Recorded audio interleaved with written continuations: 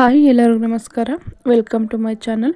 ನಾನು ಇವತ್ತಿನ ವಿಡಿಯೋದಲ್ಲಿ ಬಟಾಣಿ ಮತ್ತು ಆಲೂಗಡ್ಡೆ ಬಳಸ್ಕೊಂಡು ತುಂಬಾ ಟೇಸ್ಟಿಯಾಗಿರೋಂಥ ಸಾಗುನ ಹೇಗೆ ಮಾಡೋದು ಅಂತ ತೋರಿಸ್ತಾ ಇದ್ದೀನಿ. ಬಿಸಿ ಅನ್ನ ಮುದ್ದೆ ಆಗಿರ್ಬೋದು, ದೋಸೆ, ಚಪಾತಿ, ಪೂರಿ, ರೊಟ್ಟಿ ಎಲ್ಲದಕ್ಕೂ ಕೂಡ ತುಂಬಾ ಚೆನ್ನಾಗಿರುತ್ತೆ. ನೀವು ಒಂದ್ಸಲ ನಾನು ಮಾಡೋ ರೀತಿ ಟ್ರೈ ಮಾಡಿ. ತುಂಬಾ ಟೇಸ್ಟಿಯಾಗಿರುತ್ತೆ, ಮಾಡೋದು ಕೂಡ ತುಂಬಾ ಸುಲಭ. ಬನ್ನಿ ಹೇಗೆ ಮಾಡೋದು ಅಂತ ನೋಡೋಣ. ಮೊದಲು ಇಲ್ಲಿ 2 ಮೀಡಿಯಮ್ ಸೈಜ್ ಆಲೂಗಡ್ಡೆನ ಈ ರೀತಿ ಮೀಡಿಯಮ್ ಸೈಜಲ್ಲಿ ಕಟ್ ಮಾಡಿ ಇಟ್ಕೊಂಡಿದ್ದೀನಿ. ಸಣ್ಣದಾಗಿ ಕಟ್ ಮಾಡ್ಕೋಬಾರ್ದು, ಈ ರೀತಿ ಮೀಡಿಯಮ್ ಸೈಜಲ್ಲಿ ಕಟ್ ಮಾಡಿ ಇಟ್ಕೋಬೇಕು. ಈ ಕಡೆ 1/4 kg ಅಷ್ಟು ಹಸಿ ಬಟಾಣಿನ ನೀರಿಗೆ ಹಾಕೊಂಡಿದ್ದೀನಿ. ಇದಿಷ್ಟನ್ನು ಚೆನ್ನಾಗಿ ತೊಳೆದು ಇಟ್ಕೋಬೇಕು. ನೀವು ಬಟಾಣಿ ಬೇಕು ಅಂದರೆ ಸ್ವಲ್ಪ ಜಾಸ್ತಿ ಕ್ವಾಂಟಿಟಿಲಿ ಹಾಕೋಬಹುದು, ತುಂಬಾ ಚೆನ್ನಾಗಿರುತ್ತೆ. ಬನ್ನಿ ಇವಾಗ ಮಸಾಲಾನ ರುಬ್ಕೊಳ್ಳೋಣ. ಮೊದಲು ಒಂದು ಮಿಕ್ಸಿ ಜಾರ್ಗೆ 3 ಹಸಿಮೆಣಸಿನ್ಕಾಯಿ ಹಾಕೊಂಡಿದ್ದೀನಿ, ಒಂದು 10 ಎಲೆ ಪುದೀನ ಎಲೆ ಹಾಕೊಂಡಿದ್ದೀನಿ, ಸ್ವಲ್ಪ ಸೋಂಪು ಹಾಕೊಂಡಿದ್ದೀನಿ. ಸೋಂಪು ಹಾಕಿದ್ರೆ ಟೇಸ್ಟ್ ಚೆನ್ನಾಗಿರುತ್ತೆ. 4 ಲವಂಗ ಹಾಕ್ಕೊಂಡು 1 ಇಂಚ್ ಆಗೋಷ್ಟು ಚಕ್ಕೆನ ಹಾಕ್ಕೊಳ್ತಾ ಇದ್ದೀನಿ. ಸ್ವಲ್ಪ ಕಡಲೆ ಹಾಕ್ಕೊಂಡಿದ್ದೀನಿ, ಸ್ವಲ್ಪ ಆಗೋಷ್ಟು ಗಸಗಸೆನ ಹಾಕ್ಕೊಂಡಿದ್ದೀನಿ. ಈ ರೀತಿ ಸ್ವಲ್ಪ ಕಡಿಮೆ ಮಸಾಲನ ಬಳಸ್ಕೊಂಡು ತುಂಬಾ ಟೇಸ್ಟಿಯಾಗಿ ನೀವು ಒಂದ್ಸಲ ಸಾಗುನ ಟ್ರೈ ಮಾಡಿ. ಸ್ವಲ್ಪ ಕೊತ್ತಂಬರಿ ಸೊಪ್ಪು ಹಾಕ್ಕೊಂಡು ಒಂದು ಅರ್ಧ ಬೌಲ್ ಆಗೋಷ್ಟು ಹಸಿ ತೆಂಗಿನಕಾಯಿ ತುರಿನ ಹಾಕ್ಕೊಳ್ತಾ ಇದ್ದೀನಿ.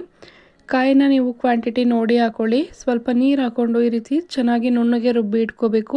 ತರಿಯಾಗಿ ಪೇಸ್ಟ್ ಮಾಡ್ಕೋಬಾರ್ದು, ನುಣ್ಣಗೆ ಪೇಸ್ಟ್ ಮಾಡಿ ಎತ್ತಿಟ್ಕೋಬೇಕು.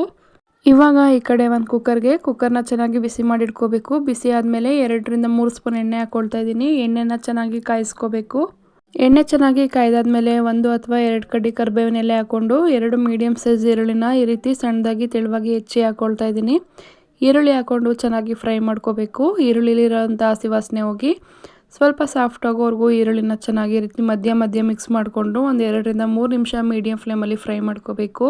ಇವಾಗ ದಪ್ಪ ಸೈಜ್ದು 1 ಟೊಮೆಟೊನ ಈ ರೀತಿ ಸಣ್ಣದಾಗಿ ಹೆಚ್ಚಿ ಹಾಕ್ಕೊಂಡು ಟೊಮೆಟೊನ ಹಸಿ ವಾಸನೆ ಹೋಗೋವರೆಗೂ ಸ್ವಲ್ಪ ಸಾಫ್ಟ್ ಆಗೋವರೆಗೂ ಫ್ರೈ ಮಾಡ್ಕೋಬೇಕು.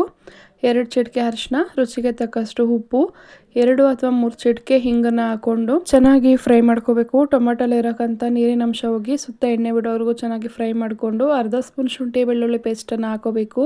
ಶುಂಠಿ ಬೆಳ್ಳುಳ್ಳಿ ಪೇಸ್ಟ್ ಹಾಕ್ಕೊಂಡು ಸುತ್ತ ಚೆನ್ನಾಗಿ ಫ್ರೈ ಮಾಡ್ಕೋಬೇಕು ಹಸಿ ವಾಸನೆ ಹೋಗೋವರೆಗೂ. ನೋಡಿ ಈ ರೀತಿ ಒಂದು 2 ನಿಮಿಷ ಫ್ರೈ ಮಾಡ್ಕೊಂಡಾದ್ಮೇಲೆ ಕಟ್ ಮಾಡಿ ಇಟ್ಕೊಂಡಿರೋಂಥ ಆಲೂಗಡ್ಡೆನ ಸೇರಿಸ್ಕೊಳ್ತಾ ಇದ್ದೀನಿ.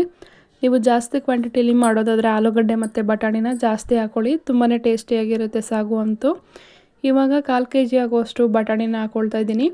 ಇದೆರಡನ್ನೂ ಚೆನ್ನಾಗಿ ತೊಳೆದು ಸೇರಿಸ್ಕೋಬೇಕು. ನೋಡಿ ಯಾವುದೇ ಮಸಾಲ ಅಥವಾ ನೀರನ್ನು ಹಾಕಬಾರ್ದು, ಒಗ್ಗರಣೆಯಲ್ಲಿ ಚೆನ್ನಾಗಿ ಫ್ರೈ ಮಾಡ್ಕೋಬೇಕು. ಈ ರೀತಿ ಒಂದು 2 ರಿಂದ 3 ನಿಮಿಷ ಮೀಡಿಯಂ ಫ್ಲೇಮಲ್ಲಿ ಚೆನ್ನಾಗಿ ಫ್ರೈ ಮಾಡ್ಕೊಂಡಾದ್ಮೇಲೆ ಮೊದಲೇ ರುಬ್ಬಿಟ್ಕೊಂಡಿರೋ ಅಂಥ ಮಸಾಲಾನ ಹಾಕ್ಕೊಳ್ತಾ ಇದ್ದೀನಿ. ಮಸಾಲ ಹಾಕಿ ಖಾರ ನೋಡಿಕೊಂಡು ಖಾರಕ್ಕೆ ತಕ್ಕಷ್ಟು ಅಚ್ಚ ಖಾರದ ಪುಡಿ ಹಾಕ್ಕೊಂಡು 1 ಸ್ಪೂನ್ ಆಗೋಷ್ಟು ಧನಿಯಾದ ಪುಡಿ ಹಾಕ್ಕೊಳ್ತಾ ಇದ್ದೀನಿ. ನೀವು ಮೆಣಸಿನ್ಕಾಯಿ ಹಾಕಿರ್ತೀರ, ಸೊ ಖಾರ ನೋಡಿ ಹಾಕ್ಕೊಳ್ಳಿ. ಇವಾಗ ಇದಿಷ್ಟು ಹಾಕಿದ್ಮೇಲೆ ತುಂಬ ಚೆನ್ನಾಗಿ ಮಿಕ್ಸ್ ಮಾಡ್ಕೋಬೇಕು. ಇದರಲ್ಲಿರೋಕ್ಕಂಥ ನೀರಿನ ಅಂಶ ಹೋಗಿ ಸುತ್ತ ಎಣ್ಣೆ ಬಿಡೋವರೆಗೂ 4 ರಿಂದ 5 ನಿಮಿಷ ಮೀಡಿಯಂ ಫ್ಲೇಮಲ್ಲೇ ಇಟ್ಕೊಂಡು ಚೆನ್ನಾಗಿ ಫ್ರೈ ಮಾಡ್ಕೋಬೇಕು. ಟೇಸ್ಟು ಕೂಡ ತುಂಬಾ ಚೆನ್ನಾಗಿ ಇರುತ್ತೆ. ನೋಡಿ ಇವಾಗ ನಾನು 4 ನಿಮಿಷ ಫ್ರೈ ಮಾಡ್ಕೊಂಡಿದ್ದೀನಿ, ನೀರಿನ ಅಂಶ ಎಲ್ಲ ಹೋಗಿದೆ. ಇವಾಗ ಜಾರ್ನ ತೊಳೆದು ನೀರನ್ನು ಸೇರಿಸ್ಕೊಳ್ತಾ ಇದ್ದೀನಿ. ಸಾಗು ಮಾಡುವಾಗ ಜಾಸ್ತಿ ನೀರು ಸೇರಿಸ್ಕೋಬಾರ್ದು, ಸ್ವಲ್ಪ ಕಡಿಮೆ ನೀರು ಸೇರಿಸ್ಕೊಂಡು ಸ್ವಲ್ಪ ಗಟ್ಟಿಯಾಗಿ ಮಾಡ್ಕೋಬೇಕು. ಆವಾಗ ಟೇಸ್ಟು ತುಂಬಾ ಚೆನ್ನಾಗಿರುತ್ತೆ, ಇಲ್ಲಾಂದರೆ ಸಾಂಬಾರು ರೀತಿ ಆಗೋಗ್ಬಿಡುತ್ತೆ. ಸ್ವಲ್ಪ ನೀರು ಸೇರಿಸ್ಕೊಂಡು ಚೆನ್ನಾಗಿ ಒಂದ್ಸಲ ಮಿಕ್ಸ್ ಮಾಡಿಕೊಂಡು ಒಂದು 2 ನಿಮಿಷ ಬಿಟ್ಟರೆ ಈ ರೀತಿ ಒಂದು ಕುದಿ ಬರುತ್ತೆ. ಕುದಿ ಬಂದಮೇಲೆ ಮುಚ್ಚಳ ಮುಚ್ಚಿ 1 ವಿಷಲ್ ಹಾಕಿಸ್ಕೊಂಡ್ರೆ ಸಾಕು. ನೋಡಿ ಓಪನ್ ಮಾಡಿ ತೋರಿಸ್ತಾ ಇದ್ದೀನಿ. ಸಾಗು ಕನ್ಸಿಸ್ಟೆನ್ಸಿ ಕರೆಕ್ಟಾಗಿ ಬಂದಿದೆ, ತುಂಬ ತೆಳುವೂ ಕೂಡ ಆಗಿಲ್ಲ, ತುಂಬ ಗಟ್ಟಿ ಕೂಡ ಆಗಿಲ್ಲ.